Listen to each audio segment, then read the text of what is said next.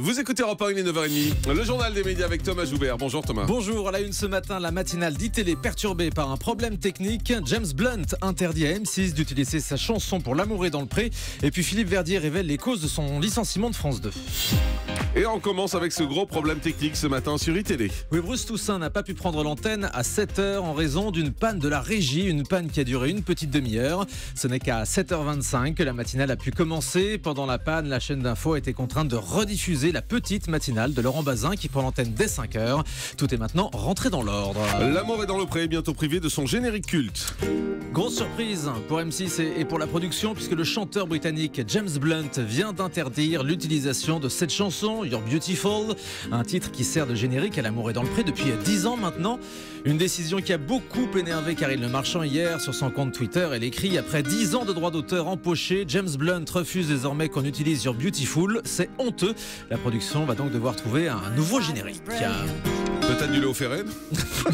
Ça va faire plaisir à Julie. Oui. Philippe Verdier, l'ex-monsieur météo de France 2, révèle les raisons de son licenciement. Dans Le Parisien ce matin, l'auteur du livre polémique Climat Investigation explique que France Télévisions lui reproche d'avoir associé sa fonction de présentateur météo à la promotion de son ouvrage.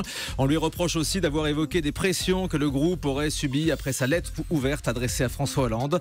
France 2 estime que Philippe Verdier a mis en cause l'indépendance de la rédaction. L'ex-monsieur météo annonce qu'il envisage de contester ce licenciement devant les prud'hommes. France Télé lance le Téléthon 2015. Et oui, l'événement aura lieu les 4 et 5 décembre prochains. Comme chaque année, les chaînes de France Télé proposeront 30 heures d'antenne. Le plateau principal sera de nouveau installé sous une gigantesque bulle sur le Champ de Mars à Paris. Le parrain cette année, c'est Marc Lavoine. Le chanteur espère réussir à dépasser le montant des dons réunis l'année dernière. Il est interrogé au micro européen de Maxime Rio.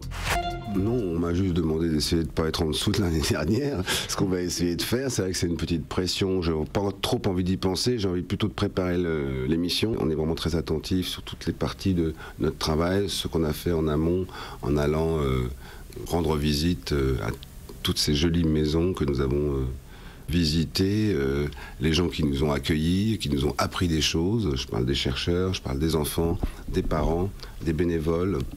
Voilà, je suis ébloui par cette chaîne solidaire, cette grande humanité qui est autour de nous, qui est en nous, qui nous traverse.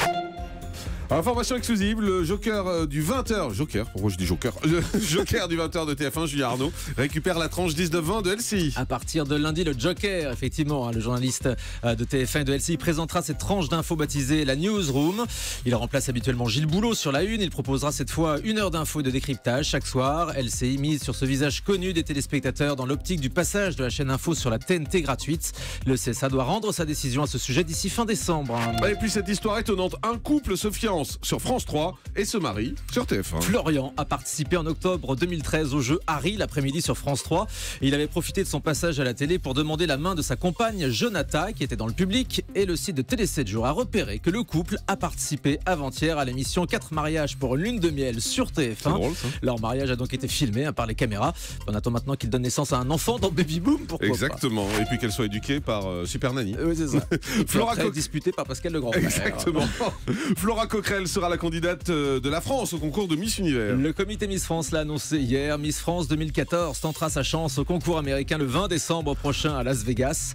Une cérémonie qui sera diffusée en direct sur Paris Première et commentée par Camille Serre, la Miss France 2015. La France Télé se mobilise aujourd'hui contre le harcèlement scolaire. Une cause dont on parle beaucoup en ce moment. Toutes les émissions de France 2 vont aborder le sujet aujourd'hui. Cet après-midi, Sophie Davant recevra notamment la blogueuse Enjoy Phoenix qui a été victime de harcèlement scolaire. En présence également de Najat Vallaud-Belkacem. Toutes les chaînes de France Télé vont également diffuser aujourd'hui le clip produit par Mélissa Torio. Et on termine avec le chiffre du jour. 40, comme les 40 ans de Stade 2, l'émission sportive de France 2 fêtera cet anniversaire le dimanche 27 décembre prochain. La présentatrice Céline Géraud recevra 4 grands champions, Bernard Hinault, Didier Deschamps, Roger Federer et Teddy Riner. Et puis l'anniversaire de Stade 2 sera également fêté ce week-end dans Vivement Dimanche, puisque Michel Drucker recevra tous les anciens présentateurs de l'émission. Merci beaucoup.